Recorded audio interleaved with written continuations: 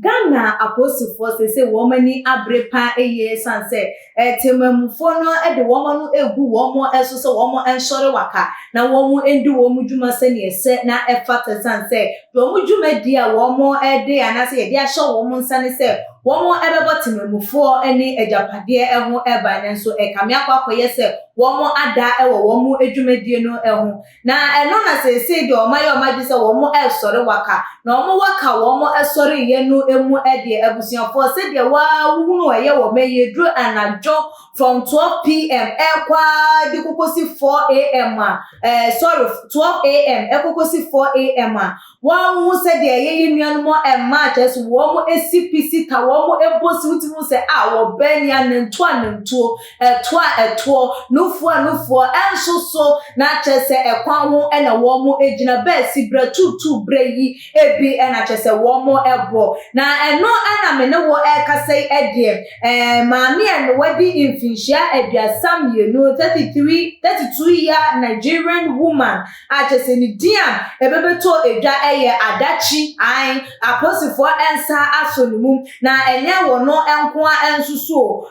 wone enkofo a wo mo aka wo mo susu ye 229 a chese wo mo ye hwehwemu no ebi eye prostitute ene ebi susu ye eye drug peddlers ena wo mo maka susu eye other criminal issues wo mo ede wo mo ahwemu na chese in all no wo mo ye 230 ene ne de Ghana aposifo ensa aso wo mo emu na ebiemu wo mo sa enso wo mo emu na nyoma wo mo enyam ede free ya maame a chese wono ene ye panyi a woda ekuo no ano no ye adachi wo mo enya eye sika ni ye 6,750 Ghana cedis and 5 wrist watches and a biemu so a Cameroonian passport and an ATM card and a biemu and so 153 assaulted mobile phones. I no so no wo mo enya e free ya mame adachi e brache se wo mo echi no emu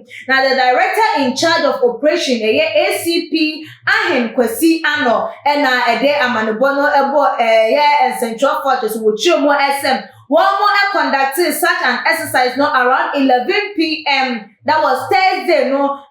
edibebe PM to Friday 2 a.m. na one more ekoko PM ewo Kwame Nkrumah Circle Sojaba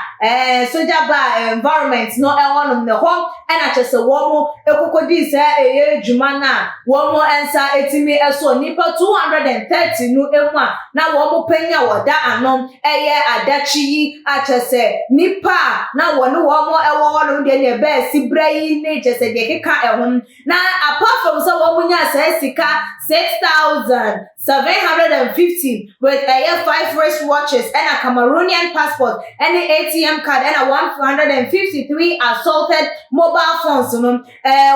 and so esanso enya ebiemu so 38 wrappers of dried leaves almost suspected them Indian hemp no so one more enya edi free enkrofo no ewo hono ma chese abusuafo na penifo director of general in charge of operation COP Bwedu Pepra ensuso ensemu a wono susu di atu edwa na chese wo me carry out of a year 210 to a year police personnel penifo no ehonu na me no wo ekasa out of that 230 year came emu 85 man and a 145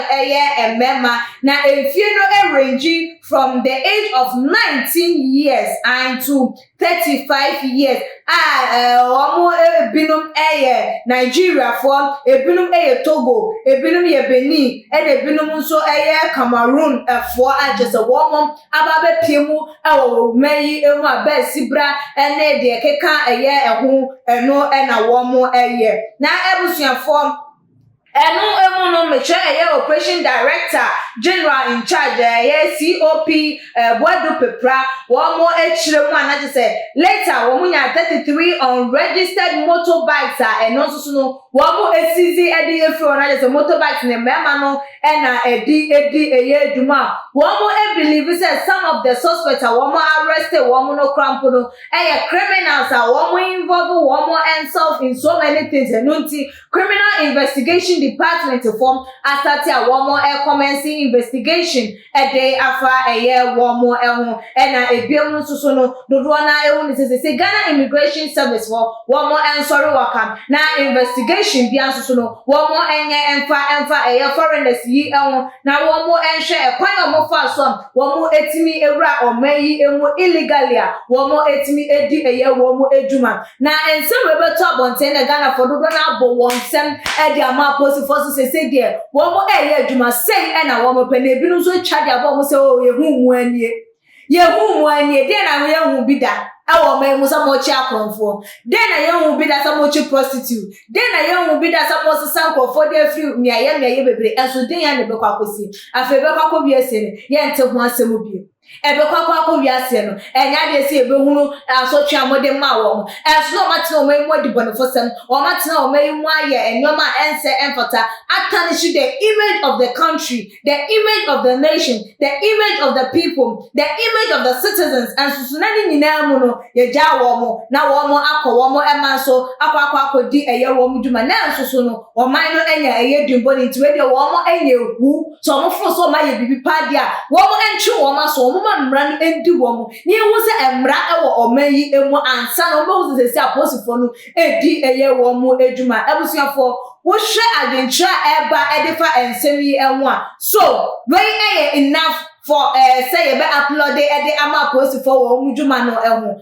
ana se nipa ya de wo se ayeye ntisi ye ni na ye ni kwasi ese ni di eno ntinum kakra na wo mo aye ye ma ye ni enso ne yempushi wo mo hada se wo mo betimi aye de a chance ana wadi ntwa efa ensem yi hu no ebusuafo pa ebra ebebetu edwa e wo tuma gh comment section like a videos no share all the social media platform and so e Chris Kapa enemy di ndesone ye besan edi ehia ebimakra ho